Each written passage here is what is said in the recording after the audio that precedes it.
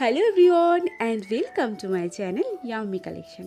আজকের রেসিপি হলো summer special mango ice cream, যেটা তৈরি হয়ে যাবে মাত্র 2 থেকে 3টে ইনগ্রিডিয়েন্টসের মধ্যে, আর খেতে হবে দোকানের থেকে অনেক ভালো। তো তাহলে ভিডিওটা পুরোটা দেখার অনুরোধ রইল। আর চ্যানেলে নতুন হয়ে থাকলে কিন্তু সাবস্ক্রাইব করতে একদমই ভুলবেন না। তো প্রথমে আমি কিন্তু এখানে 3টে পাকা আম নিয়ে নিয়েছি। আর ম্যাঙ্গো আইসক্রিম বানানোর জন্য কিন্তু অবশ্যই মিষ্টি পাকা দেখে আম নিতে হবে, তাহলে কিন্তু আইসক্রিমটা ভীষণ ভালো টেস্টি হবে খেতে। তো প্রথমে আমটাকে কেটে নিয়ে এবার আমের ভেতর থেকে পাল্পটাকে বের করে নেব। আর আমের কালারটা দেখতে পাচ্ছ কতটা দারুণ, একদম হলুদ। আর আমটা কিন্তু ভীষণ মিষ্টি, যে জন্য আমি এখানে খুব অল্প পরিমাণে চিনি দেবো।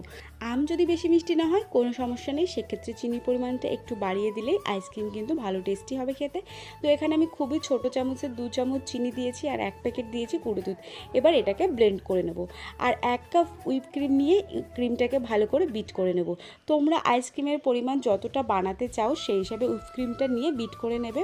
তো এখানে আমি 1 কাপ মতো ক্রিম নিয়ে ক্রিমটাকে ভালো করে বিট করে নিয়ে ম্যাঙ্গো পাল্পটা এখানে দিয়ে দেবো। আর একটু ম্যাঙ্গো পাল্প রেখেছি, সবটুকু দিইনি। আর তারপরে দিয়ে দিয়েছি 2 থেকে 3 ফোঁটা ম্যাঙ্গো এসেন্স আর 2 ফোঁটা ইয়েলো ফুড কালার। তোমরা চাইলে ফুড কালার এসেন্স কিছু নাই দিতে পারো, আমার কাছে ছিল এই জন্য আমি দিয়েছি। তোমাদের কাছে যদি এসেন্স ফুড কালার না থাকে তোমরা নাই দিতে পারো, এতে করে কিন্তু টেস্টের খুব একটা ডিফারেন্স আসবে না, একই রকম লাগবে খেতে। তো ম্যাঙ্গো এসেন্স ফুড কালার আর আমের পাল্পটা দিয়ে আরও 2 থেকে 3 মিনিট মতো ভালো করে বিট করে নিয়েছি। আর এখানে কিন্তু একটা কথা খেয়াল রাখবে, হুইপ ক্রিমেও কিন্তু মিষ্টিটা থাকে, এই জন্য মিষ্টিটা একটু বুঝে দেবে। আইসক্রিম কিন্তু আবার অতিরিক্ত মিষ্টি হয়ে গেলে কিন্তু খেতে ভালো লাগবে না। এবার একটা কন্টেনারে এটাকে ঢেলে দিলাম, আর যে ম্যাঙ্গো পাল্পটা রেখেছিলাম সেটা ওপর থেকে দিয়ে একটু হালকা করে ডিজাইন করে নিয়েছি। এরপরে কিন্তু আর কিছুই করতে হবে না, এটাকে ফ্রিজে রেখে দিতে হবে 7 থেকে 8 ঘন্টার পরে। তারপরে কিন্তু ঠান্ডা ঠান্ডা আইসক্রিম রেডি হয়ে যাবে। দেখলে কতটা সহজভাবে মাত্র 2 থেকে 3টে ইনগ্রিডিয়েন্টসের মধ্যে ম্যাঙ্গো আইসক্রিম রেডি হয়ে গেল। তো চলো এটাকে ফ্রিজে 7 থেকে 8 ঘন্টার জন্য রেখে দিই। 8 ঘন্টা পর ফ্রিজ থেকে আইসক্রিমটাকে কিন্তু বের করে নিয়েছি। আর দেখো আইসক্রিমটা কিন্তু সুন্দরভাবে সেট হয়ে গেছে।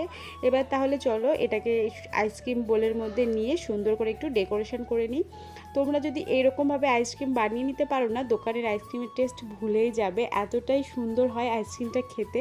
আর বাড়ি নিজের হাতে বানানো জিনিস সেটা কিন্তু সবসময় খুবই টেস্টি হয় খেতে। তোমরা কিন্তু এই সামার সিজনে পাকা আম থাকতে থাকতে অবশ্যই একবার এই ম্যাঙ্গো আইসক্রিমটা ট্রাই করে দেখতে পারো, দারুণ টেস্টি হয় কিন্তু খেতে। আর মাত্র 2 থেকে 3টে ইনগ্রিডিয়েন্টসের মধ্যে দোকানের মতো একদম পারফেক্ট ম্যাঙ্গো আইসক্রিম কিন্তু বাড়িতেই তৈরি হয়ে যাবে। এবার ওপর থেকে দিয়ে দিলাম একটু হোয়াইট কালারের চকো চিপস আর দিয়ে দিয়েছি একটু স্প্রিঙ্কেল। রেডি হয়ে গেছে সামার স্পেশাল ম্যাঙ্গো আইসক্রিম। এটা কিন্তু ভীষণ টেস্টি হয়। তোমরা যারা ভাবছো যে আইসক্রিম বাড়িতে বানাবে দোকানের মধ্যে হবে কি না, তোমরা কিন্তু একদম নির্দ্বিধায় বানাতে পারো আমার রেসিপিটা ফলো করে। আজকের রেসিপি কেমন লাগলো জানিও, যদি ভালো লাগে থাকে like comment share and subscribe yummy collection. তাহলে আজকে আসি, দেখা হবে নেক্সট ভিডিওতে। বাই।